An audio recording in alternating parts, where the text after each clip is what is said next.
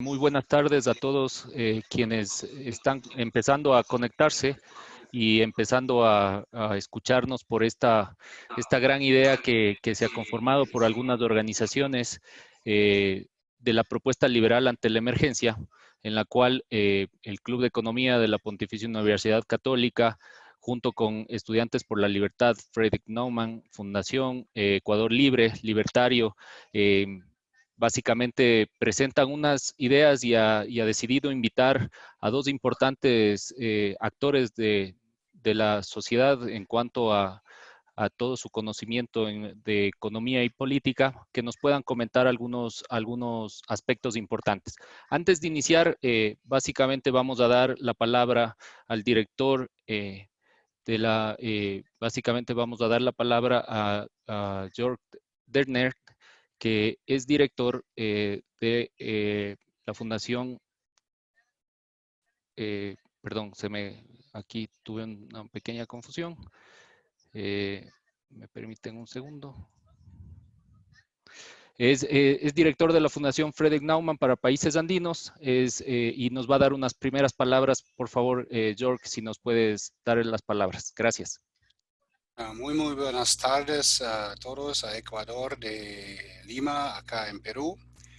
Como usted dijo, soy el director de la Fundación Naumann por los países andinos, que son Venezuela, Bolivia, Colombia, Ecuador, Chile y Perú. Y espero que todos ustedes y sus familias estén bien en esta situación. Es una situación muy difícil. Todos nuestros países están en el estatus de emergencia. Creo que casi todos nosotros estamos en cuarentena, casi encarcelados en nuestras casas. Es una restricción muy fuerte de nuestra libertad que estamos acostumbrados. Y este virus, este coronavirus, no solamente es una amenaza a nuestra salud, también es una amenaza a nuestra economía y también a nuestra vida en general. Y por eso estamos muy encantados que podemos hacer este webinar, este seminar con ustedes, con todos nuestros partners, para conversar y discutir qué es la situación y cuáles son las propuestas liberales en esta situación difícil. No solamente deberíamos concentrar en la lucha contra el coronavirus, pero también tenemos que pensar cómo vamos a abrir la economía y cómo podemos regresar a nuestra vida normal. Entonces tenemos acá expertos y creo también y espero también que tengamos una discusión muy intensiva, porque nadie de nosotros sabe todo y tiene la propiedad de toda la verdad. Muchas gracias a todos y que tengamos una tarde interesante.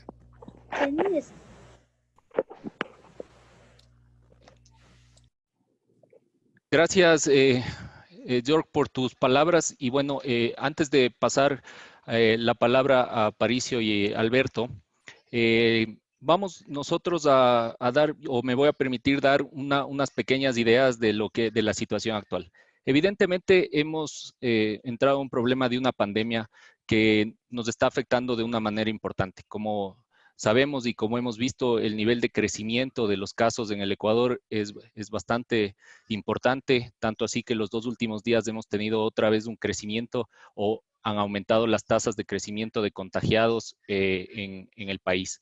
Paralelamente venimos de una situación en la cual económicamente ya estábamos con algunos problemas, entre ellos unos problemas de liquidez básicamente. Teníamos un problema que días antes de empezar con todas las decisiones que ha tomado el gobierno para intentar frenar la pandemia en el Ecuador, ya se veía y nos llevó a algunos indicadores importantes como el aumento del riesgo país que sobrepasó los 6,000 puntos, la caída del precio del petróleo para nosotros también es una situación que nos genera un problema importante y en definitiva nuestra configuración para resolver los problemas en la economía se ha generado de una manera en la cual nosotros no podamos controlarle o estemos más no nos sea fácil como una economía dolarizada poder reaccionar. Con una rápida introducción como esta, voy a pasar la palabra a Paricio y a Alberto. Vamos a tener unos 10 minutos de cada uno de ellos exponiendo cuáles son las alternativas que ellos ven desde el lado liberal para salir del problema en el que Ecuador está. Y con esto después vamos a abrir una serie de preguntas que vamos a tener desde las redes y que nos las están transmitiendo para que nuestros participantes puedan responder a estas preguntas, para luego llegar quizá a una conclusión. Así que, si te parece, Aparicio, gracias por tu asistencia, bienvenidos. Un abrazo a todos los ecuatorianos que están teniendo problemas con la pandemia y esperamos que sus familias estén bien. Así que, gracias, Aparicio. Vamos a recoger. Gracias a ti, Cristian. Supongo que comienzo yo entonces, ¿no? Por favor, sí. Ya, ok, perfecto. Gracias, Cristian. Gracias a todos los presentes. Gracias a la Fundación Friedrich Neumann, que siempre apoya mucho los centros de pensamiento liberal. Gracias a Libertarios. Gracias al Club de Economía, me parece, de la universidad. Gracias a todos los que nos han invitado hoy día y es un gusto estar aquí con un amigo y colega que es Alberto Acosta, que es un muy buen amigo y miembro del Consejo Asesor de Ecuador Libre. Miren, yo creo que lo primero que estamos sintiendo ahorita es la total incertidumbre, ¿no? Cuando decía, aquí no hay expertos en esto porque no hay nadie que haya enfrentado esto en los últimos 100 años. La última vez que pasó una pandemia de estas dimensiones fue con la gripe española en 1918, donde se murió prácticamente el 2 o 3% de la población mundial, 50 millones de muertos. Eso fue una cosa de unas características totalmente apocalípticas, y antes de eso, en el siglo XIV, se llevó casi la mitad de la población europea la peste negra. En Guayaquil, en 1843, la quinta parte de la población murió por la fiebre amarilla. No es la primera vez que vivimos esto, pero sí es la primera vez que lo hacemos en un mundo que estaba acostumbrado a la certidumbre, un mundo que había avanzado mucho, donde nos sentíamos muy seguros por el grado de sofisticación tecnológica alcanzado, el grado de sofisticación médica alcanzado, y muchos de nosotros, incluido yo, pensamos que esto simple y llanamente ya no era posible. O que si era posible lo veíamos como algo presente en películas de ficción. Me acabo de ver Contagion, que es una película que básicamente habla sobre un virus que comenzó en un murciélago también, y lo veíamos como algo muy, muy allá, ¿no? Y hoy día está tocando nuestras puertas. Como digo, no es la primera vez que la humanidad enfrenta esto, no es el peor caso de la humanidad, pero sí es la primera vez que nuestra generación y la generación de nuestros padres y la generación quizás incluso de nuestros abuelos está metida en algo así, está metida en una enfermedad, porque una guerra por lo menos sabes dónde se disparan los tiros, dónde está muriendo la gente, dónde son los cañonazos, y si tú estás fuera, digamos, del campo de batalla, estás tranquilo. Pero aquí no existe donde estar tranquilo porque los virus no respetan fronteras y no respetan tratados humanitarios de batallas, ¿no? Entonces, yo creo que hoy día, yo estaba pensando justamente para esta intervención, back to the basics, ¿no? O sea, al razonamiento. Yo soy profesor de filosofía moral y estaba pensando cómo estamos pensando ahora mismo y desde el punto de vista liberal, lo que consideramos justo o injusto en relación a la intervención del gobierno. Y nosotros normalmente razonamos de dos formas en moral. Lo que unos llaman el razonamiento deóntico, cuando decimos, mira, esto es justo porque esto respeta un principio sin importar cuáles sean las consecuencias de ello, ¿no? Entonces, ahí cuando tenemos derechos que están más allá de cualquier intención o interés colectivo, cuando tenemos principios que no se quebrantan por más que las consecuencias de ellos sean benéficas, estamos hablando desde un punto de vista deóntico. Y es todos los días cuando hablamos de que el gobierno no puede violar nuestro derecho a la propiedad privada porque es bueno para la sociedad o porque ellos consideran que es bueno para el colectivo. Y hay otra forma de razonar en filosofía moral, en nuestro sentido de justicia, que lo utilizamos también todos los días, que es el razonamiento consecuencialista. Es decir, una medida es buena o mala en la medida de que las consecuencias sean benéficas para el colectivo. Y en situaciones como esta de emergencia, en situaciones como esta de crisis, en situaciones que se parecen a una guerra, en donde lo que se juega es la supervivencia, nosotros nos volvemos consecuencialistas. La gente se vuelve consecuencialista. Dice, mira, cualquier medio vale en la medida que se justifique en un fin. ¿Y cuál es el fin ahora mismo? Supervivencia, que mueran los menos, que no muera tanta gente como podría morir de otra manera. Y vemos que cuando esto pasa, se apodera de nosotros en general, de todos, por más sofisticado que seas, se apodera de ti la parte reptiliana de tu cerebro que te da los instintos de supervivencia y te dice, corre, escóndete y no pienses en nada más, no te pongas a discutir si esto es bueno, esto es malo, simplemente aíslate, simplemente protégete, simplemente que la autoridad tribal o el jefe de la tribu te proteja haciendo lo que tenga que hacer y no pienses mucho, porque, y esto en la evolución nos sirvió mucho para sobrevivir, porque imagínate cuando nuestra realidad era distinta y venía el tigre, tú no te ibas a poner a decir, a ver, tigre, ¿tú crees que lo que estás haciendo es justo? Sino que corrías, ¿no? Y corrías con desesperación, y los que corrían más eran los que sobrevivían. Entonces, cuando el instinto de supervivencia se apodera de nosotros, es muy difícil razonar, porque te está diciendo, no razones, huye, escóndete, métete. Y se nota, ¿no? Se nota en la actitud de la gente cuando está en las calles, está en todos lados denunciando al que está afuera porque lo ve como un peligro. Y es completamente entendible, porque están activados nuestros instintos, nuestros circuitos neuronales más básicos, los que nos dejaron sobrevivir cuando vivíamos una realidad más tribal. Pero yo creo que aquí precisamente, donde ya no caben en un razonamiento intuitivo, apelar a la razón, y no voy a decir, mira, es que yo tengo un derecho fundamental a que no me hagan servir un lockdown y salir a la calle. Entonces la gente ahorita no entiende eso, te va a decir, no, aquí hay que hacer lo que hay que hacer. Y yo creo que en este sentido hay que seguir un razonamiento consecuencialista. Ahora sí, en emergencia, en esta crisis, son las consecuencias las que miden la legitimidad de los medios empleados. Y el gobierno, ahora mismo en Ecuador, ha sucumbido a este estado de conmoción, a este estado, digamos, de terror, de temor que todos tenemos, para establecer una de las políticas más severas en cuanto al lockdown, a cuanto a encierro, a cuanto a aislamiento a nivel mundial. Porque si ustedes comparan lo que está haciendo Ecuador y algunos países de Latinoamérica, es muchísimo más severo de lo que pasó en Hong Kong, de lo que pasó en Corea del Sur, de lo que está pasando inclusive en Europa, algunas partes de Italia, donde aquí no podemos salir ni a pasear al perro. Entonces, yo creo que aquí lo que cabe es preguntarse, a ver, por un momento, preguntémonos, y eso es muy difícil, hoy día lo hace Iván Vaquerizo en un muy buen análisis de un artículo en El Expreso, donde se pregunta a la gente, a ver, vamos a pensar en las consecuencias, pero ya no solo pensemos en las consecuencias de ahorita, sino en las de largo plazo, porque este lockdown, este aislamiento total, para muchos puede ser peor que la enfermedad, literalmente, ¿no? La cura es peor que la enfermedad porque estamos generando una crisis económica que recién vamos a apreciar sus verdaderas dimensiones dentro de muy poco tiempo, dentro de unas semanas o un mes o algo así, cuando veamos despidos, cuando veamos gente que literalmente no puede salir a la calle a comer. Entonces, ¿dónde está ese debido equilibrio, ese juicio de idoneidad, de necesidad que nos diga, a ver, estamos por el buen camino?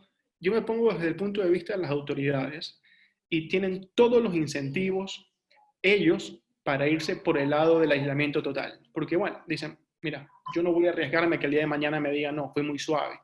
¿Qué es lo que le está pasando a Boris Johnson en Reino Unido? Es lo que le está pasando y le pasaba al comienzo a Trump. Hay países como Suecia, por ejemplo, que están yéndose por la estrategia de la contención controlada, pero no el aislamiento total. Y los gobiernos ahorita ante la presión dicen, mira, yo prefiero proteger mucho antes que el día de mañana me digan tantas personas se murieron por mi culpa. Yo creo que en este momento es precisamente cuando hay que controlar nuestros instintos tribales y nosotros, quienes defendemos el pensamiento liberal, defendemos precisamente eso, ¿no? La racionalidad de frente a los instintos tribales de conservación que nos llevan hacia la tribu, hacia el bunga bunga, hacia decir, no, aquí hay que encerrarse y actuar como si fuera un león al que nos estuviera amenazando. Y hay que abrir ahorita una puerta a pensar, sí, en las consecuencias, tanto de corto plazo, pero de largo plazo, pero renunciar al histerismo, que yo creo que se está apoderando ahora un poco del razonamiento. Guayaquil es una ciudad que está siendo golpeada severísimamente por todo esto. Parece, me explicaban unos doctores, que aquí ha proliferado la cepa, hay dos cepas del coronavirus, la L y la S. Aquí ha proliferado la más virulenta de todas. Y tenemos unos niveles ya que se parecen mucho a Italia en cuanto a la progresión de lo que está pasando, ¿no? Y nuestros niveles de contagio. Estaba viendo ahorita unas cifras y unas proyecciones. Pero la verdad es que tienes que aceptar también que esto es una cosa irreversible. El contagio comunitario ya está pasando. Las cifras de contagio real nadie las puede saber porque son algo que tendrías que hacerle una prueba a todo el mundo y eso es imposible. Deben estar altísimas, deben estar, quizás ya mucha gente ya estamos infectados y no lo sabemos.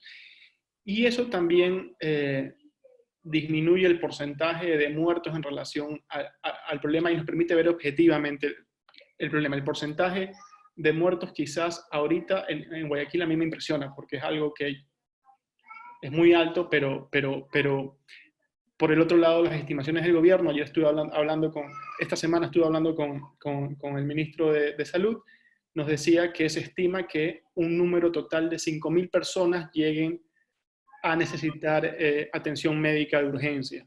Eso es muchísimo. Acuérdense que tenemos una capacidad instalada de 1.000 camas aproximadamente y necesitamos 4.000 camas para atender eso. Yo estoy asustado por esos dos frentes.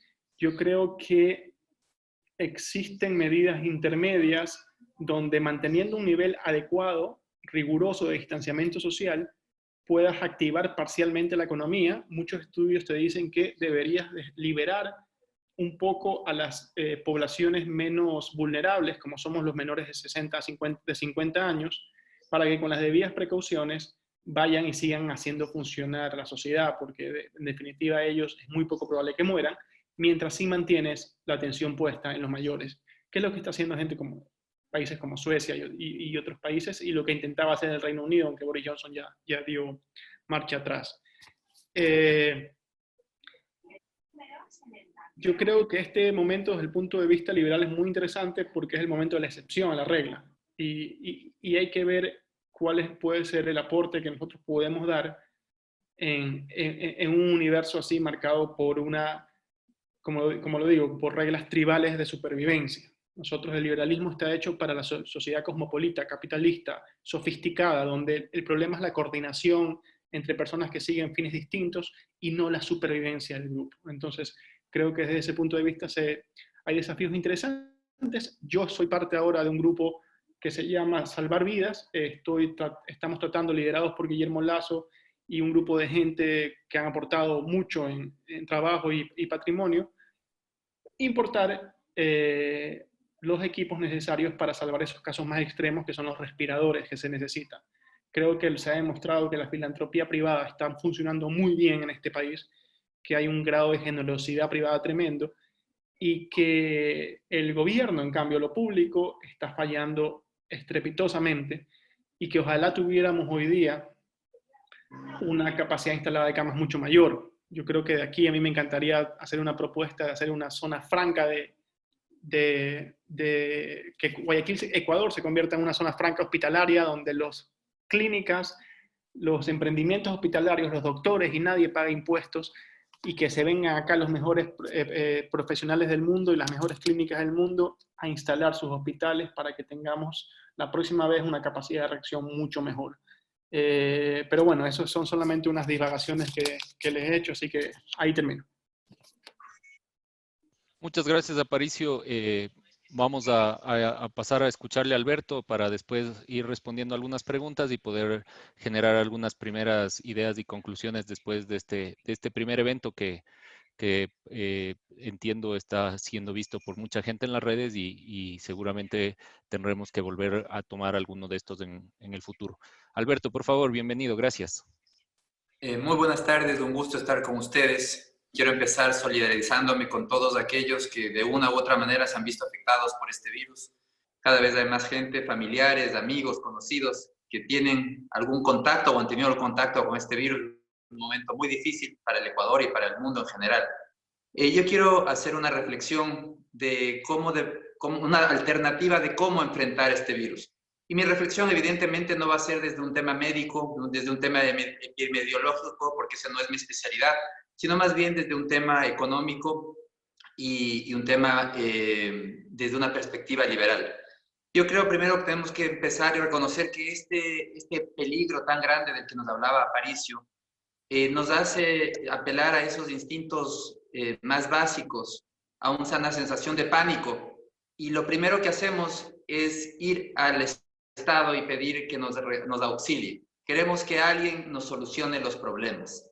Y yo creo que pronto nos vamos a dar cuenta que a pesar de que el Estado está tomando medidas fuertes, drásticas, todo lo que podamos decir, veremos cómo esa protección es insuficiente. Y nos vamos a dar cuenta, y mi conclusión a la que yo quiero llegar y que la menciono ahora al inicio, es que la solución está en los ciudadanos, no está en el Estado. Nosotros los ciudadanos tenemos que hacer muchísimo más. Yo creo que el gran desafío y la discusión de fondo que está aquí es cómo desarrollar medidas de autoprotección, y eso implica también tener un cambio cultural, requiere de un cambio cultural, porque en el Ecuador lamentablemente tenemos una cultura basada en el paternalismo, servilismo. Esa es la estructura que hemos manejado. Alguien tiene que solventar los problemas por nosotros. Cuando caemos en desgracia, alguien tiene que recogernos. La alternativa es una cultura de libertad y responsabilidad, porque al momento de tener libertad, la contraparte necesaria es siempre tener responsabilidad. Y eso es lo que tenemos que buscar en esta emergencia.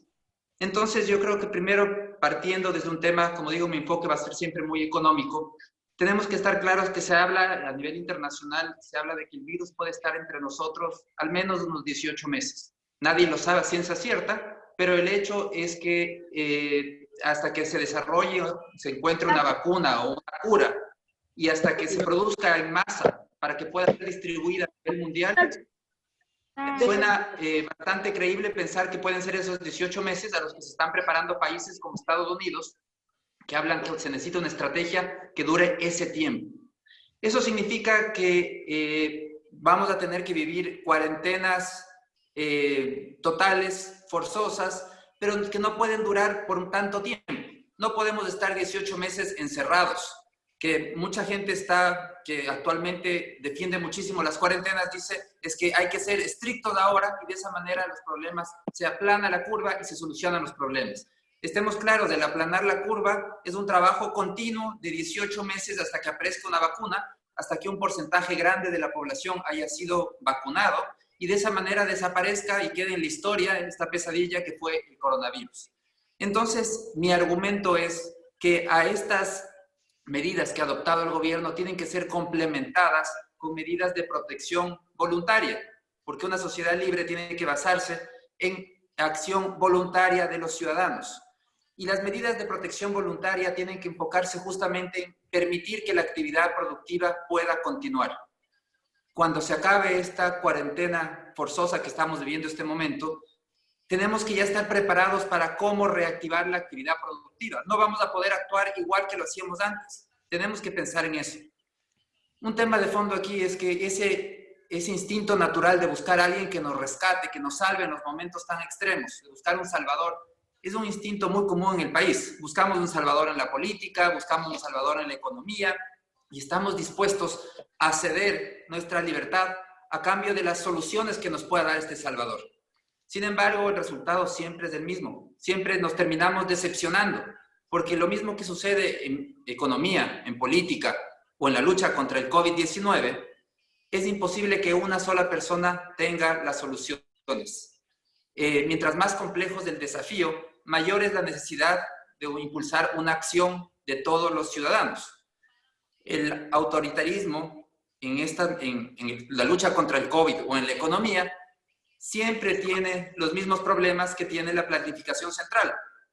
La planificación central no puede ordenar exitosamente una sociedad usando mandatos coercitivos porque hay un problema en cuanto a la información. La información no puede ser completa y no puede ser abarcada en un solo individuo, como tampoco en un conjunto de individuos. Una junta de planificación no puede tener la información completa.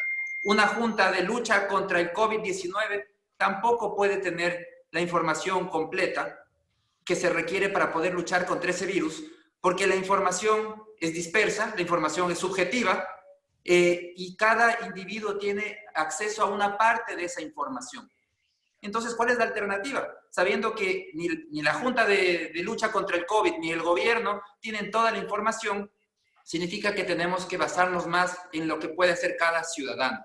Entonces, ¿cuál es la alternativa? Yo creo que la estrategia debería ser una estrategia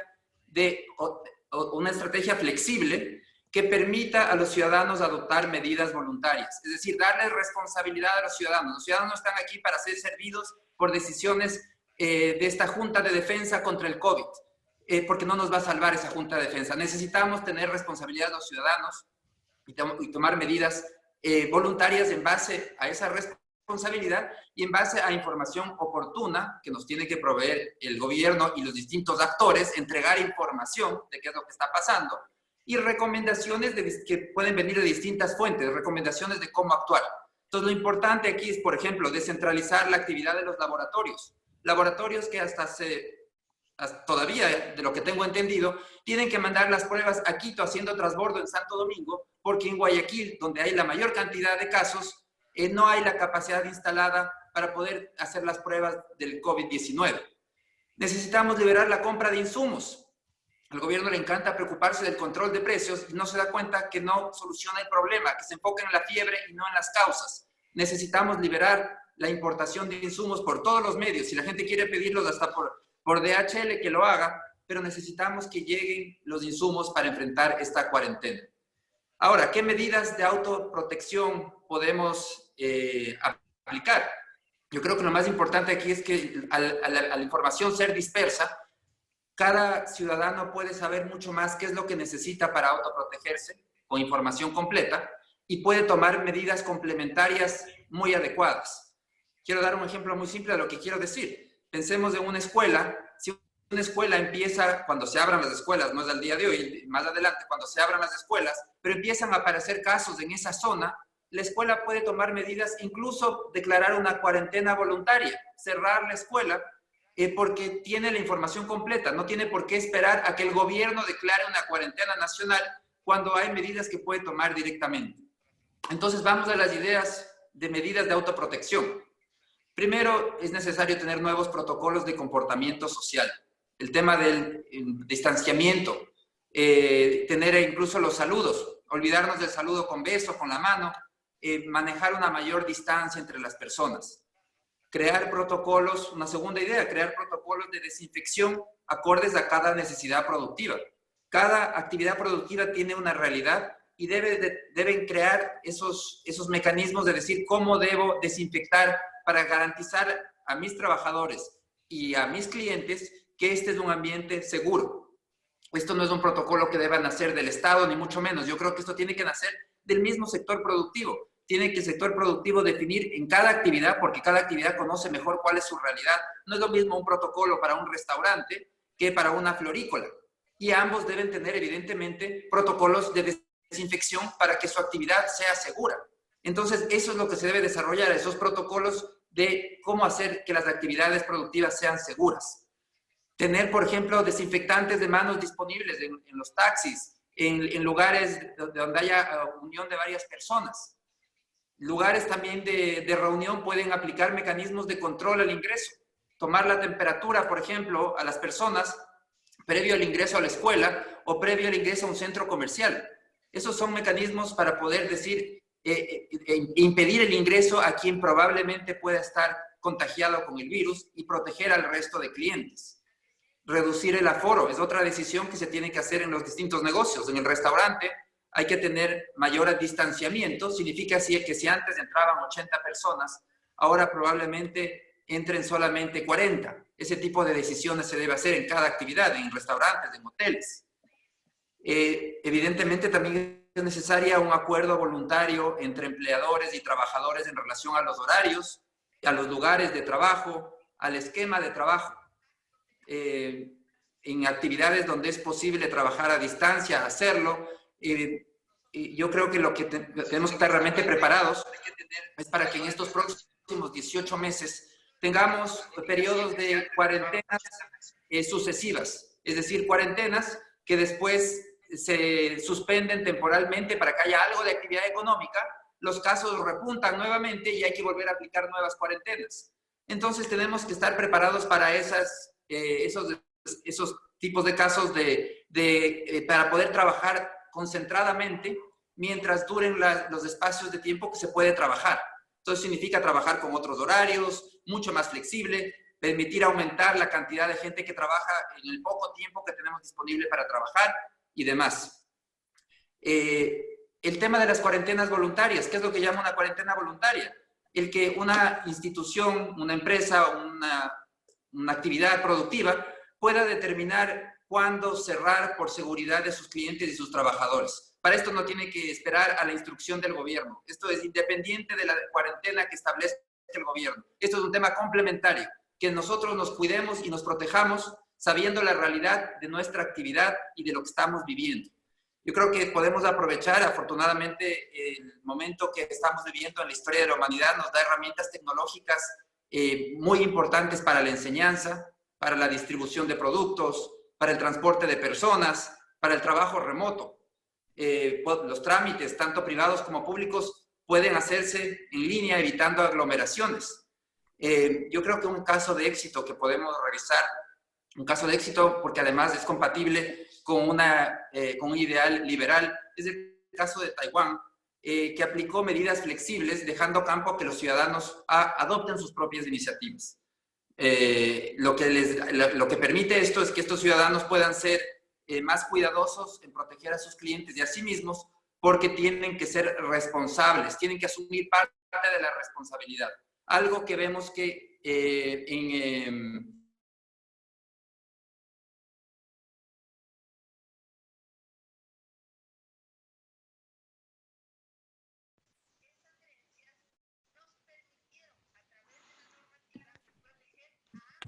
Alberto, parece que tuvimos un pequeño inconveniente con Alberto, pero bueno, unas primeras reflexiones de lo que tanto, en este caso, Aparicio Caicedo y Alberto Acosta nos estaban dando, ¿no? Y creo que es importante anotar que dentro de las posturas que Aparicio planteaba, esta idea de volver a lo básico, esta última idea que tal vez salió un poco en la discusión y que quizás pueda ser una situación que debemos pensar, la que sea una zona franca hospitalaria, todo el país, en el cual, complementando con las ideas de Alberto, podamos todos y cada uno de quienes somos actores dentro de la economía ecuatoriana, básicamente participar directamente en la vida diaria de la economía, nos pueda llevar a tomar algunas reflexiones de estos actores. Sí, Alberto, ya estás, otra vez te tenemos virado en la cámara. Está de ladito, ¿no? Veamos que el teléfono se configure. Disculpe, un problema de conexión. Esperemos que se arregle pronto el teléfono también en cuanto... Tenemos que ver así. Y no me van a tener que... Espero que no les duela el cuello. Perfecto, disculpen el problema de conexión. Excelente. Bueno, estaba ya al final y yo decía, yo creo que como conclusión aquí lo importante es permitir que los individuos asumamos nuestra responsabilidad. No esperemos que el Estado lo haga todo, porque ya vemos que todo lo que haga y todos sus esfuerzos serán insuficientes, porque hay una falencia de entrada, y es que el Estado no tiene la información completa, no la puede tener ni una persona ni un conjunto de personas, como para tomar las medidas que necesitamos para protegernos. Los ciudadanos tenemos que actuar, tenemos que decidir medidas complementarias. De ninguna manera estoy diciendo desobedezcamos las cuarentenas obligatorias. No digo que desobedezcamos lo que dice el gobierno, lo que digo es que tenemos que trabajar adicionalmente, en complemento a lo que se está haciendo, porque lo que se está haciendo es insuficiente. Y nosotros, como ciudadanos, tenemos que ser responsables y tomar esas medidas adicionales de autoprotección para garantizar la seguridad nuestra, de los trabajadores y de los clientes. Gracias, Alberto. Entonces, sí, básicamente en tus segundos de desconexión estaba haciendo algunas primeras reflexiones de lo que tanto tú como Aparicio habían planteado y queda en el aire básicamente esta idea de que somos nosotros, la sociedad todos quienes componemos la sociedad los que debemos actuar. No esperar, como bien decías en tu conclusión, que sea el Estado el que nos tenga que resolver todos los problemas, especialmente cuando no tiene las capacidades, no tiene los recursos para hacerlo, y en ese sentido somos todos. Aquí nos van a llegar ya las preguntas que están en las redes, pero básicamente, ¿qué es una primera pregunta que me atrevería yo a hacerles a ustedes hasta que podamos mantener las distintas preguntas adicionales? Es, ¿qué podemos esperar de aquí a futuro? Bien lo decías, Alberto, esto puede ser un proceso de olas en los cuales mantengamos unos momentos que tengamos que trabajar y otros momentos que estar en cuarentena sobre este proceso que se puede dar en el futuro, porque como quizás lo decías, en el tiempo corto no vamos a tener nosotros esta capacidad de tener la cura y vamos a necesitar estos procesos. Y quisiera ahí plantear esta pregunta a Aparicio y también a Alberto, de decirles, ok, ¿cómo reaccionamos los actores del sector privado, los agentes económicos, las personas, las empresas en estos momentos en los cuales tengamos la oportunidad de regresar temporalmente a trabajar y tengamos que estar preparados para volver a estar en cuarentena mientras la situación se vaya regulando? Por favor, si podrían un poco... si quieres, brevemente. Mira, yo creo que en los hechos, en la práctica, va a ser imposible mantener un lockdown total, un aislamiento total. Porque quizás muchos de los que estamos aquí podemos tomarnos el lujo de estar trabajando desde casa. Nuestros trabajos son de servicio, de lo que estamos haciendo ahora, y nos ganamos la vida así, pero la mayoría de los ecuatorianos, el 60%, están en la informalidad y el desempleo. O sea, están entre que no están chiros o están cachueleando. Y esa gente que cachuelea el día a día, que está lavando carros, el chico que me viene a lavar el carro, los otros que tienen un puesto de comida, los otros que van a salir ahí y consiguen un día de chofer y otro día de otra cosa, esa gente simple y llanamente no se puede tomar el lujo de estar mucho tiempo en su casa, porque si no, no come. No come. Y aquí, muchos de los que estamos aquí, quizás podamos llenar nuestras refrigeradoras para 2 semanas. Ellos no pueden hacer ni eso porque no hay dinero. Y aquí estoy hablando de los informales que están en el mercado. Tú no puedes satanizar a esa gente por buscar salir, ¿no? Es que simple y llanamente no cabe. O sea, porque ellos tienen que elegir, ¿sabes qué? Tengo un 1% de morirme si tengo 30 años, de posibilidades de morirme, y un 100% de posibilidades de morirme de hambre si no salgo. Yo creo que la ecuación para cualquier ser humano es muy fácil, ¿no? Esa gente va a salir y en la práctica lo que vas a tener es una contención, un lockdown que en realidad es una contención, pero desordenado. Vas a tener gente en las calles con el show de la policía sacando surfistas y toda la cosa, pero gente en las calles al fin del día ganándose la vida. Yo lo que creo es que deberíamos sincerar eso, prepararnos para sincerar eso y hacerlo ordenado. Porque la mayoría de nosotros, que somos menores de 60 años, tenemos un 1% de probabilidades de morir frente a esto. Y todos nos vamos a enfermar. Se calculan las estimaciones que para los próximos 6 meses, el 60% de la población ecuatoriana se va a enfermar con lockdown, sin lockdown, con aislamiento, con lo que tú quieras. Y la única forma cuando vamos a salir de esto va a ser precisamente cuando la autoinmunidad, como todo virus, haga que esto empiece a mermar. El lockdown tiene una ventaja, y es verdad, cuando dicen no colapsa, evitas que se colapse demasiado el sistema porque disminuyes la curva, porque si no haces nada, la curva es gigantesca de crecimiento y el sistema explota porque no hay una cama y mueren la gente con las calles, que es un poquito quizás lo que puede estar pasando ahora, pero la verdad también es que cuando liberas ese lockdown total, regresa esto. Va a regresar porque es el ciclo de la enfermedad. ¿Y qué vas a hacer? ¿Vas a encerrar a la población un año entero mientras regresa uno y regresa el otro y regresa el otro? La realidad se va a imponer.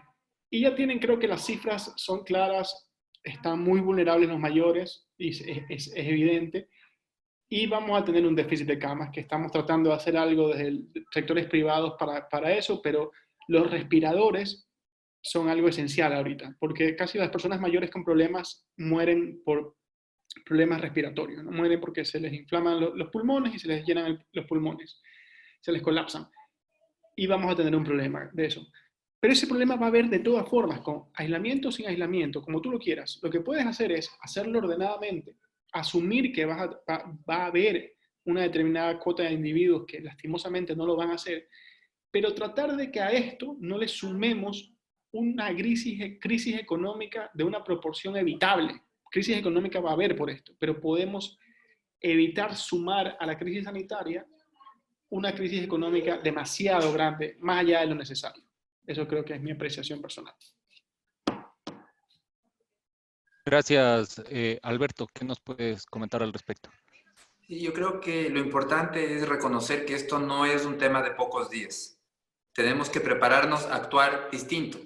Esos 18 meses, que es lo que se estima internacionalmente, puede ser que sea eso. Nadie sabe exactamente si va a ser eso más o menos, pero en todo caso no es cuestión de días, no es cuestión de semanas, es cuestión de meses. Entonces tenemos que prepararnos para cuando ya se acabe esta cuarentena, porque se va a acabar, estar preparados cómo vamos a actuar para producir. Y eso significa que los ciudadanos tenemos que tener nuevos protocolos de producción. Tenemos que estar preparados para aplicar cuarentenas voluntarias. Si es que en nuestra empresa hay varios casos, o en nuestra actividad hay casos, poder cerrar esa actividad cuando sea necesario, cuando así lo consideremos para la seguridad de los trabajadores y de los clientes. Llevar controles de temperatura al ingreso a los lugares. Todos estos ejemplos y cosas que se pueden hacer son temas que tenemos que ya prepararnos como sector privado, porque lo que sí podemos estar muy seguros es que la vida no va a ser la misma hasta que no aparezca una vacuna y no se haya erradicado este virus. Mientras no estemos toda la población o un porcentaje alto de la población vacunados, tendremos que actuar de manera distinta. ¿Qué costo va a tener esto para la economía? Veía que había una pregunta por ahí. El PIB, hay estimados que van desde una contracción del 2% hasta el 6%. Todavía es muy pronto para decir, depende de cómo nos manejemos en estas cuarentenas recurrentes, y la clave va a ser muy flexibles. Que en esos periodos de apertura, en los periodos entre cuarentenas, podamos producir al máximo. Producir en doble turno, producir horas extras, pero poder concentrar el máximo de producción en los periodos entre cuarentenas para después poder cerrar con tranquilidad en los periodos de cuarentena. Por otro lado, me parece muy importante también lo que dice Aparicio. Hay que reconocer la realidad de una parte muy grande de la población. Más de la mitad de la población tiene un empleo inadecuado. Es decir, es muy fácil para una persona que tiene un empleo formal criticar y decir, miren cómo salen a la calle estos irracionales. Pero la realidad es que no son irracionales. Están tomando una decisión racional tratando de defender la vida a través de conseguir un alimento. Porque más de la mitad de la población no tiene un empleo adecuado. Si no trabaja ese día, no come.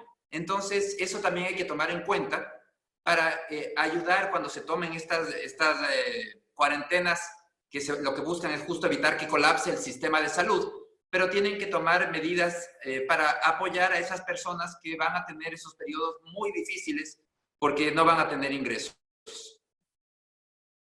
Gracias, Alberto Aparicio. Les voy a realizar un poco de las resumen de las preguntas que ustedes también las pueden ver igual en el chat, pero para que quienes nos escuchan sepan cuáles son las preguntas, y quisiera poner todas en el tapete para intentar una participación adicional de cada uno de ustedes que pueda dar algunas respuestas al tema. Ya bien lo decías, Alberto, que ya hay unas estimaciones del impacto, y esa era una de las preguntas, y de la posible caída de PIB.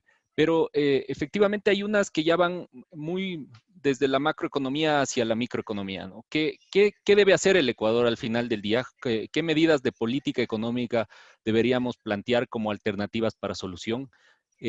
¿Cómo nos puede afectar las decisiones internacionales, tanto de Estados Unidos como de los otros países que están tomando, nuestros vecinos comerciales, nuestros vecinos están tomando ya decisiones de política que nos pueden afectar? ¿Cómo vemos esos efectos que puede ser? Ya hablamos de este problema del mercado laboral, pero intentemos dar unas alternativas para que de alguna manera esto pueda solventarse y solucionarse. Había una pregunta específica de qué alternativa les podemos decir a los empresarios que mientras no pueden producir y tienen que seguir sin su actividad comercial productiva restablecida, tienen que seguir cumpliendo con todas las obligaciones que el Estado tiene. En fin, estas preguntas que, como bien decía, pueden ir desde lo internacional y global hacia lo nacional y local, nos pueden dar una idea de hacia dónde podemos esperar y hacia dónde queremos llegar. No sé quién quiere participar, tal vez en esta vez primero tú, Alberto, y después tú, Aparicio. Se toman un par de minutos y de ahí llegamos ya a unas conclusiones de este primer evento que hemos realizado. Alberto. Perfecto, yo creo que hay medidas puntuales que son las que mencioné al inicio, que son temas muy micro, de qué se debe hacer en cada actividad productiva y cada uno tiene que actuar y está en sus manos tomar esas medidas. Hay otras medidas mucho más amplias que debemos adoptar como país, que esas no son nuevas. Esas eran con coronavirus o sin coronavirus. Ahora simplemente es más urgente adoptar ese tipo de medidas. Pero eran medidas que el país necesitaba. Necesitamos trabajar en la competitividad. Ese es un tema clave. Y el otro tema es poner en orden las cuentas fiscales. Esos dos grandes objetivos se mantienen. Ahora con coronavirus son más urgentes que nunca. En el tema de competitividad, nosotros como país debemos ir hacia una reforma del Código Monetario y Financiero, enviarlo al tacho de la basura, que es donde nunca debe haber salido, y hacer una nueva ley financiera moderna que nos permita enlazarnos a los flujos de capitales internacionales. El costo del dinero tiene que ser menor y la única manera de lograrlo es enlazándonos a los flujos de capitales internacionales. Eso requiere además la eliminación del impuesto a salida de divisas. Que bueno, no quiero alargarme, pero en este momento la debilidad fiscal no da campo a esa eliminación, pero hacia allá debemos ir. Necesitamos una nueva ley de mercado de capitales.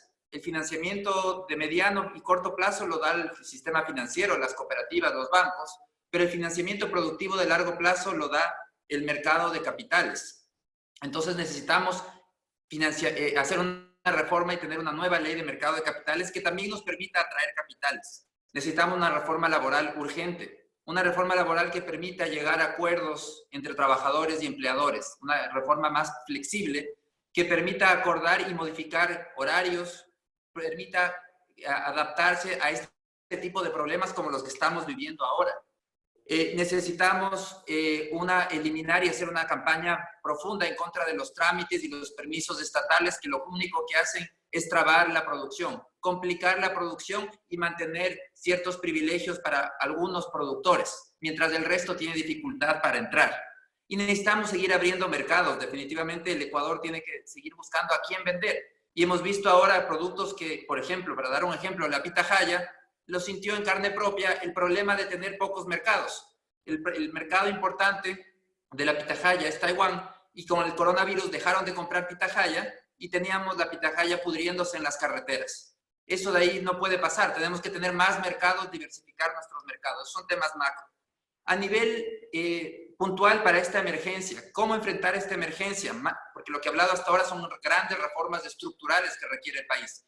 Pero hay medidas que hay que adoptar de manera inmediata que todas se pueden resumir con flexibilidad. Flexibilidad en el crédito, algo que ya han anunciado tanto cooperativas como bancos que van a hacer, refinanciamientos agresivos de las deudas para que se acoplen mejor a las nuevas realidades financieras de los clientes. Flexibilidad en el pago de impuestos, también permitir diferir pagos de impuestos y flexibilidad por el lado laboral, que es permitir estos horarios especiales, reducción de jornada laboral, entre otros. La única manera en este momento de evitar la destrucción de empleos es permitiendo flexibilidad para que el aparato productivo pueda sobrevivir este momento difícil. Definitivamente son muchos temas los que están pendientes por hacer y son medidas que debemos aplicar, que siempre las debimos haber hecho, pero ahora más que nunca necesitamos hacerlas porque estamos frente a un entorno de un mercado, de una economía en contracción que necesita encontrar por dónde crecer.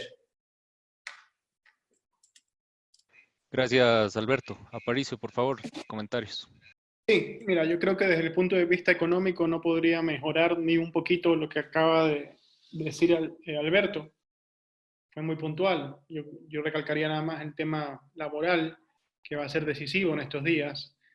Va a quedar desempleada mucha gente, porque las empresas pequeñas, a diferencia de las empresas grandes, no es cuestión de una decisión de si pueden de pagar o no pagar sueldos, sino que muchas no van a poder pagar sueldos porque no tienen simple y llanamente ingresos. Y estos días vamos a ver un desempleo a la fuerza. Y por más que haya un código laboral y que los demanden y que los denuncien, simplemente no van a tener cómo pagar esos sueldos. Y eso va a ser un problema muy importante. Lo ideal sería que tengamos una legislación laboral que no satanice al empleador y que permita que estos lleguen a un acuerdo flexible, decir, bueno, bajémonos los salarios un tiempo, demos por partes, sobrevivamos juntos. Ningún empleador quiere, por malicia, hacerle daño a sus empleados. Simplemente, ahora mismo, lo que sería maravilloso sería eso, la flexibilidad para llegar a un acuerdo y decir, salgamos juntos. Pero no existe en Ecuador, porque tenemos un código laboral que excluye esa posibilidad y excluye a los trabajadores, excluye al informal, excluye a esa persona ahorita que quisiera ganarse un cachuelo por un poco menos del sueldo mínimo, que son $400, y que dice, bueno, contrátame a mí, estoy muriéndome de hambre, yo te pago, yo te cobro 350 y trabajo, yo qué sé, pues, 6 horas al día. Pero el Código Laboral le dice, no, tú te tienes que quedar en tu casa muerto de hambre porque no hay nadie que te pueda pagar eso y por lo tanto es satánico lo que es el Código Laboral aquí. Y bueno, en muchos países de Latinoamérica, pero si se lo ve con lo que crea, con la segregación que genera en el día a día, es increíble. Yo creo que ese es un tema laboral que hay que tratarlo mucho. Estados Unidos es uno de los países más flexibles del mundo, donde puedes entrar en una relación laboral y salir por cualquier motivo. Tiene de los mejores índices de empleo del mundo y la gente migra para allá, y eso es una prueba muy clara. Pero más allá de eso, yo creo que, bueno, Alberto lo dijo todo en el tema económico. Este momento es un momento de hacer cambios si queremos resurgir.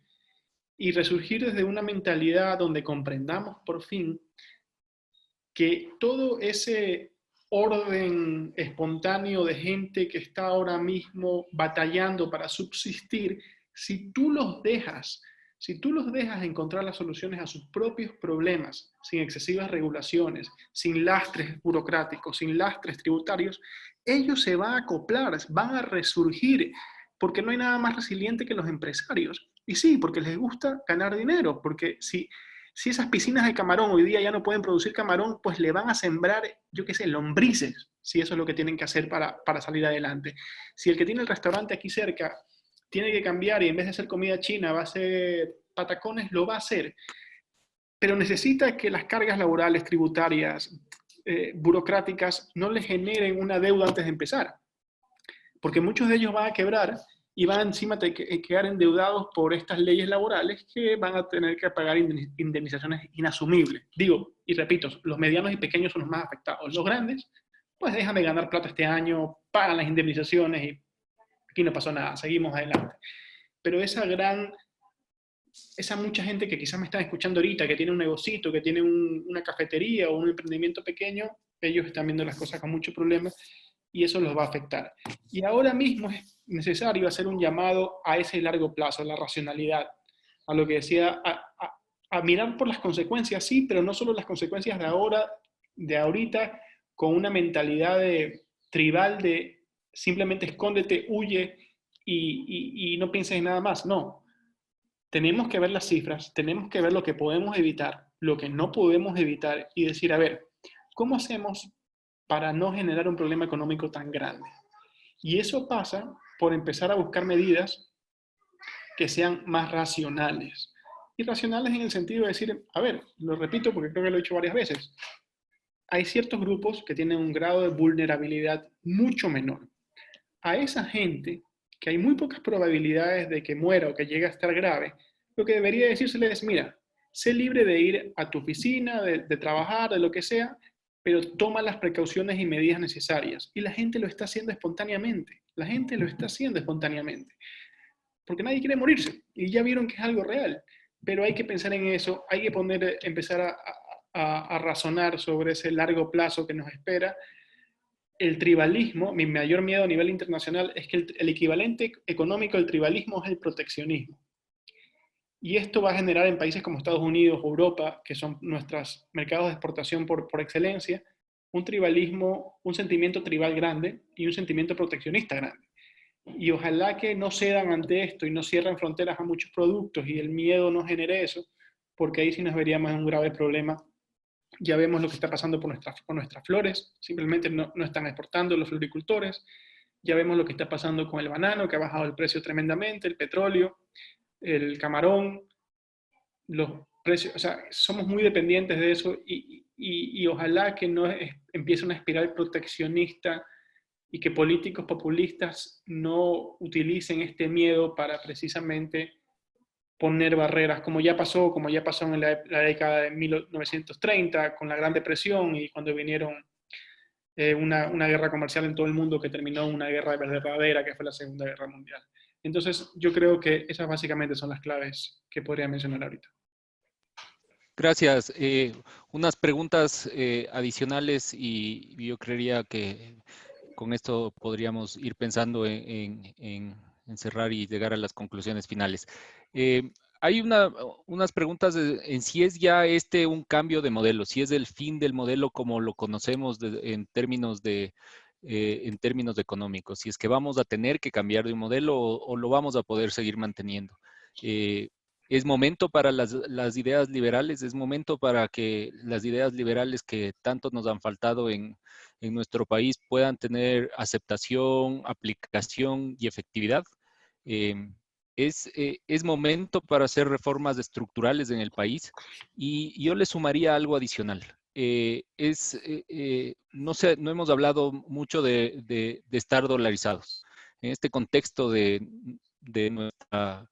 nuestra economía dolarizada, cómo podemos tomar estas decisiones, nos afectan más, nos afectan menos, cómo podemos reflexionar a esto. No sé, tal vez Aparicio.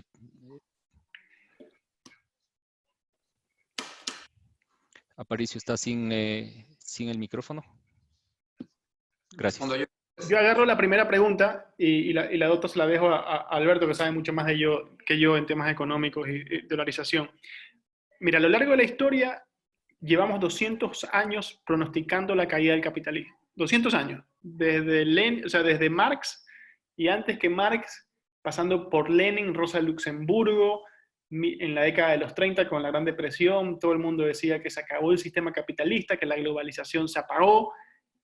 La globalización somos nosotros queriendo interconectarnos y ninguno de nosotros va a renunciar a esto que estamos viviendo ahorita mismo. Ninguno de nosotros va a renunciar al hecho de poder conectarse a nivel global, de poder comprar, de poder comunicarse, de poder utilizar Facebook, WhatsApp, Internet, Amazon.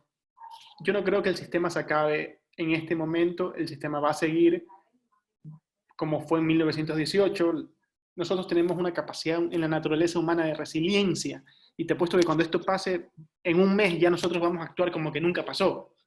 Que es bueno y es malo, porque ya te olvidas, pero la naturaleza humana es así. O sea, esto que está pasando no es ni de lejos la peor tragedia del último siglo. 2 guerras mundiales que mataron a muchísima más gente de lo que está matando este virus, la gripe española, las crisis de la Guerra Fría, las masacres que había por el terrorismo. No es una crisis que nos va a cambiar los hábitos de vida, pero no es que va a mandar abajo el sistema como lo conocemos de globalización capitalista, que lleva mucha gente dando augurios de que se va a acabar, pero sí va a cambiar nuestros hábitos y nuestras formas de ser. Este es un ejemplo, esto va a seguir, esto de que en vez de tener una audiencia con gente presente, vamos a reunirnos mucho más por Zoom y vamos a tener muchas más conferencias de Alberto Acosta en Zoom y eso sí va a cambiar. Y gracias a Dios, eso es una maravilla si lo ven desde el punto de vista de que este tipo de eventos, no pero digo, estamos cayendo en cuenta del potencial de la tecnología y ese tipo de cosas va a generar eso. Y claro, va a haber problemas económicos, pero el sistema como tal va a salir adelante. Esa es mi apuesta en base a la evidencia histórica. Gracias. Alberto, por favor. Sí, yo creo que no podemos olvidar que el mundo moderno se basa justamente en la acción concertada entre individuos, en la cooperación social. ¿Y por qué? Y los beneficios de la cooperación social nacen justamente de la división del trabajo. Cada uno se especializa en lo que es bueno y de esa manera permite que en el intercambio entre las distintas personas todos ganemos. Eso es la globalización. La esencia de la globalización es por el beneficio que existe en la división del trabajo. Pensemos si es que nosotros, si cada uno de nosotros tuviese que vivir toda la vida como lo estamos haciendo ahora. Nosotros mismos preparamos nuestros alimentos, preparamos todo lo que necesitamos para poder vivir, y no nos dedicamos a lo que somos buenos. Nosotros somos buenos cada uno en una cosa distinta. Entonces, al dedicarnos a hacer todo, terminamos haciéndolo todo de una manera relativamente mediocre, porque no somos especialistas en otras cosas, y para lo que realmente somos buenos ya no queda tiempo. Entonces, ese es lo que estamos viviendo ahora con estas cuarentenas, ese buscar mirar solamente internamente, al final del día es una destrucción de bienestar.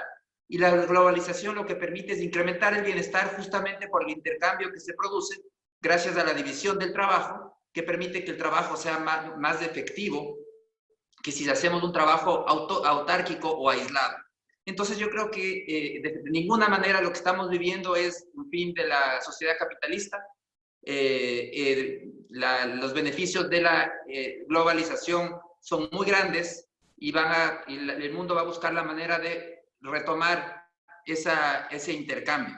Por otro lado, momento de reformas estructurales, sí, para el Ecuador es un momento urgente de reformas estructurales. Ya vivimos más de 10 años del socialismo del siglo XXI y hemos visto los resultados, el fracaso del manejo de la bonanza y cómo nos empujó a una crisis que debemos corregirla. Tenemos un país caro, un país que no puede producir, que no puede competir. Son temas de fondo estructurales que hay que cambiar. Momento de las ideas liberales también, es el momento de las ideas liberales porque ya se probó también por más de 10 años el socialismo y a lo largo de la historia de la humanidad se ha probado en infinidad de ocasiones el socialismo y hemos visto que el resultado siempre es miseria. Entonces es el momento de insistir en alternativas que no se han probado en países como el Ecuador, que son una sociedad basada en la libertad y en la responsabilidad. Dolarización. La dolarización en el Ecuador está en riesgo no tanto por la situación que estamos viviendo, porque el sistema de dolarización puede enfrentar cualquier problema económico que exista. El riesgo para la dolarización son las cuentas fiscales y un gobierno que gaste más de lo que tiene, porque los gobernantes que tienen esa tendencia a gastar siempre más, porque así lamentablemente como medimos los ciudadanos la calidad de un gobernante es por su ritmo de gasto. El que más gasta para nosotros es el más aplaudido, el más austero es el más odiado. Entonces, el riesgo para la dolarización viene por el lado de esos gobernantes gastadores, que cuando se les acaba la plata, comienzan a añorar esa maquinita para hacer billetes. Dicen, si tuviera maquinita para hacer billetes, podría pagar todas mis cuentas. Pero claro, siempre eso significa trasladarles a los ciudadanos un impuesto, que es el impuesto de inflación, que para los gobernantes es el impuesto perfecto porque no necesita de aprobación en la asamblea, pero para los ciudadanos es un impuesto perverso porque afecta de una manera más fuerte, sobre todo a los más pobres. Yo creo que el gran desafío para el Ecuador en este momento es liberarnos de este ciclo de populismo. Caemos de un populista a otro. El entorno que estamos viviendo en este momento es muy complejo.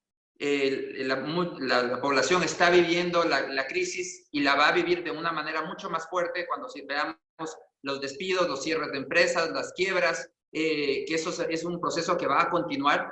Y entonces, este es un campo fértil para que un populista venga a ofrecer soluciones mágicas a través del autoritarismo y que empecemos un nuevo ciclo de populismo como el que empezamos en 2007. Yo creo que el mayor desafío para el Ecuador es liberarse de esos ciclos del populismo y tratar de pensar por primera vez en la importancia de las instituciones que limiten a los líderes virtuosos como a los líderes faltos de luces. No necesitamos líderes fuertes, no necesitamos líderes virtuosos, necesitamos instituciones que pongan en orden y que delimiten el campo de acción de esos líderes para que al final del día no pisoteen nuestros derechos individuales a través de políticas que no llevan a un bienestar general. Gracias. Me voy a permitir a dar unas 2 o 3 conclusiones generales para luego pedirles un último mensaje a nuestros participantes, a Alberto y a Aparicio, y con eso pensar en que podamos básicamente ir cerrando este primer evento. Y yo creo que me voy a arriesgar a decir que después de esta muy interesante conversación en la cual nos hemos dado cuenta que sin duda las ideas liberales tienen un gran espacio en la economía ecuatoriana, un gran espacio en el sentido que necesitamos de estas medidas para poder salir de este problema, que simplemente para el Ecuador ha sido ahondar el problema en el cual ya veníamos. Ya veníamos de un problema de inflexibilidad laboral, no tenemos este acompañamiento que requieren los empresarios para trabajar, estas reformas tan importantes en las estructuras de las finanzas públicas, del código monetario, que también es muy importante.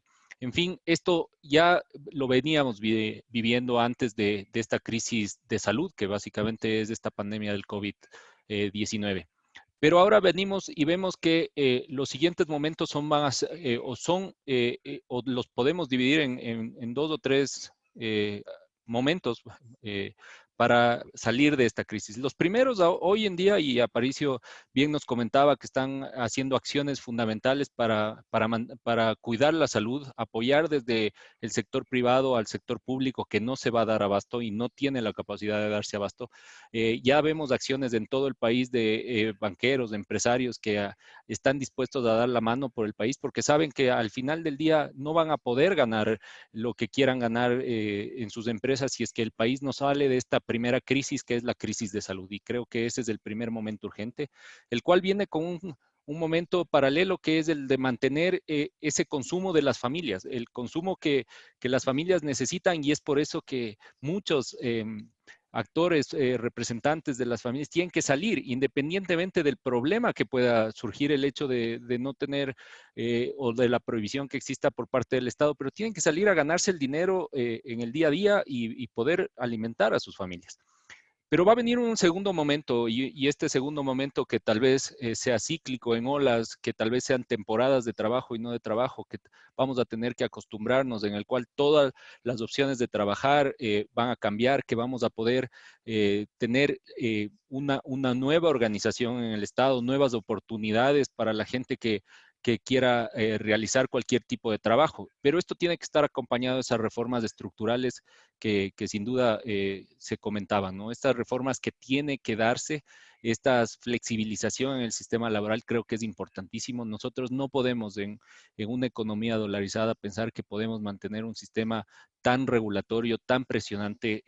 Lo comentaban también nuestros contertulios en el sentido de que esa carga tributaria, esa carga burocrática, esa carga laboral nos tiene ahorcados y no nos permite rápidamente volver al ámbito productivo, que nos permita contratar el día de mañana gente, que podamos emprender un nuevo negocio, y que si es que nos va bien, pues podamos seguir adelante, pero de la misma manera que si nos va mal, podamos rápidamente cerrar la empresa y no nos quedemos con esa carga de por vida de tener que resolver todos los problemas, que no nos cobre el Estado por la idea de querer recién tener una idea de negocio y ponerla en práctica, no tengamos que pagar por adelantado. Que tengamos que contribuir, sí, pero cuando efectivamente estemos generando ganancia. Y ese creo que va a ser ese segundo momento en el cual vamos a tener que echar de la mano de todas las capacidades de los ecuatorianos para ponernos a trabajar, para recuperar rápidamente la economía, para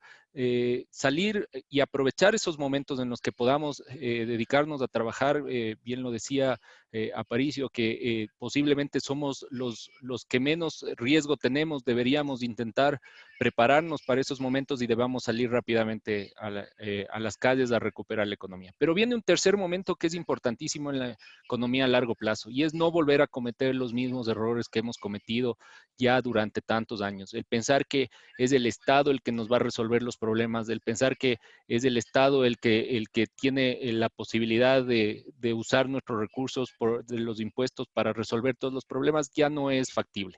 Debemos pensar en que el Estado debe dedicarse a lo que tiene que dedicarse, a lo poco que debe hacer, y debería intentarlo hacerlo bien. Pero el resto dejarlo al sector privado, intentar que las reformas se den. Seguramente las reformas tendrán que venir del Ejecutivo hacia presentarse a la Asamblea para que la Asamblea pueda aprobar.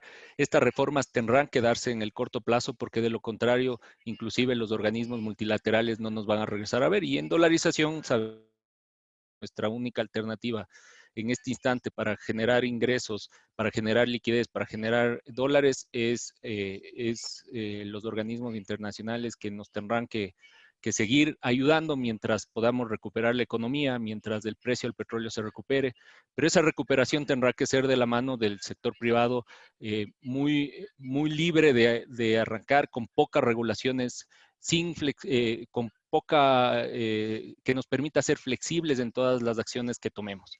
En ese sentido, yo quería básicamente, en principio, pedirles un último mensaje para proceder a un agradecimiento a quienes nos han apoyado e ir cerrando este evento que me ha parecido a mí personalmente muy enriquecedor y que seguro les comprometo para que en un futuro podamos compartir unas nuevas ideas y podamos tener otros espacios como estos.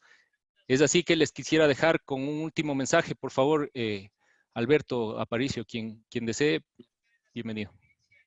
Yo quisiera dejar un último mensaje recordándoles que la vida después del COVID-19 no va a ser la misma, al menos por un tiempo, puede ser 18 meses, y que es momento que como ciudadanos asumamos nuestra responsabilidad. Salgamos de ese pánico inicial que nos ha producido este virus y comencemos a tomar medidas, seamos propositivos.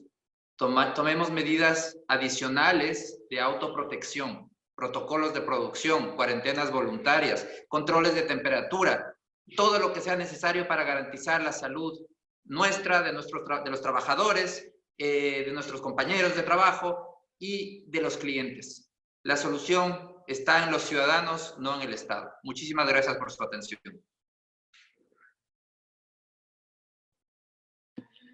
Gracias, Aparicio, por favor. Sí, yo por mi parte, una reflexión de fondo. Momentos como este nos demuestran el grado de vulnerabilidad en el que nos encontramos en realidad. Hay un libro de Steven Pinker que se llama En defensa de la ilustración y tiene un primer capítulo muy interesante en el que nos demuestra que la naturaleza, el entorno que nos rodea se basa en el principio de entropía, ¿no? El principio de toda la energía se desplaza. Pasando por un razonamiento un poco elaborado, llegas a la conclusión de que las cosas tienen muchísimas formas de salir mal y muy pocas de salir bien. Y durante 100 años, la humanidad, a partir sobre todo de las guerras mundiales, empezó un proceso de expansión económica y de alza de sus niveles de vida, disminución de la pobreza, de disminución de las enfermedades, que nos ha tenido acostumbrados a un nivel de vida, a un entorno donde damos por supuesto que somos casi invulnerables, pero no lo somos. Esto nos demuestra que el mundo sigue siendo entrópico, que el mundo sigue conspirando contra la vida y que hay que hacer un esfuerzo muy grande para mantenerla. Y este esfuerzo tiene que ser llevado a cabo por todos. Cuando salimos a producir riqueza, cuando salimos a producir, a intercambiar, a comerciar. Y cuando tú liberas las fuerzas creativas de ese proceso, es impresionante a lo largo de la historia lo rápida que se lleva a cabo la recuperación económica. Cuando tú liberas el potencial creativo de los seres humanos buscando soluciones cada uno, desde el zapatero, desde el profesor, desde el economista, desde el dueño del restaurante, desde el que cachuelea en la calle, desde el informal. Si tú permites un entorno institucional que permita desarrollar ese ambiente creativo, vas a ver que la respuesta de la sociedad entendida como un conjunto orgánico, como un orden espontáneo de individuos buscando sus propios objetivos, es increíble, o sea, va a ser increíble. Obviamente va a cambiar nuestros hábitos, no va a salir gratis esto, nada va a salir gratis de esto, pero ojalá aquí aprendamos algo, porque son en estos momentos cuando el liberalismo para mí tiene mucho sentido, porque ahora mismo el gobierno está chiro y los privados están chiros. Van a estar chiros. Entonces es el momento en que solo te queda la creatividad porque no tienes dinero que repartir mesiánicamente. Y por otro lado tienes que producir para producir riqueza de la forma más creativa posible. Entonces en este momento creo que tenemos que ponernos de acuerdo sobre ese modelo básico que permite crear riqueza, que haya sacado a la pobreza, de la pobreza a la mayoría de la humanidad hoy en día, en China, en Chile, en Estados Unidos, en muchos países, y procurar eso, porque nosotros, cuando nos dejan actuar basados en instituciones comunes que permiten una convivencia pacífica, somos capaces de revivir así. Nada, solamente eso. Muchísimas gracias, Aparicio. Yo creo que una de estos retos y de estos cambios, creo que lo estamos viviendo, tener esta gran oportunidad de que no le habíamos aprovechado de poder con dos contertulios desde Guayaquil y nosotros desde Quito poder compartir para mucha gente estas ideas que son importantes, estas ideas liberales que, como bien decía Aparicio y Alberto, es el momento. Recordarles, bueno, que estuvo con nosotros Alberto Acosta, becario Fulbright, graduado en la Universidad de New York, con amplia experiencia de investigación económica, banca y negocios, editor de la revista Análisis Semanal. Aparicio Caicedo, PhD en Derecho por la Universidad de Navarra, investigador en la misma universidad y también en la Universidad la UCLA, California de Los Ángeles, consultor de inteligencia empresarial, editorialista en varios medios de comunicación, director ejecutivo en Ecuador Libre. Agradecer de la misma manera a todos quienes hicieron parte de este evento, que sin duda ha sido muy interesante, como decía, a Libre Razón, a la Fundación Friedrich Naumann, Países Andinos, al Club de Economía y Política de la Universidad Católica del Ecuador, a Ecuador Libre, a Libertarios, Es Libertad, que nos ayudaron y nos apoyaron en llevar a cabo este primer evento de muchos que vendrán estos días, y no solamente mientras tengamos que estar confinados, sino que buscaremos que esta oportunidad de compartir las ideas en línea, estas ideas que son tan importantes, en las cuales hemos podido estos últimos días compartirlas con muchos colegas, tanto de la academia como del sector privado, del sector público, creo que van a ser de beneficio para todos. Les agradecemos a todos por su participación. Creo que básicamente tenemos unas palabras finales de alguien más de los organizadores y siendo así, pues yo también les agradezco por todo. Gracias, Alberto, gracias, Aparicio, y seguramente estaremos en contacto para un próximo evento.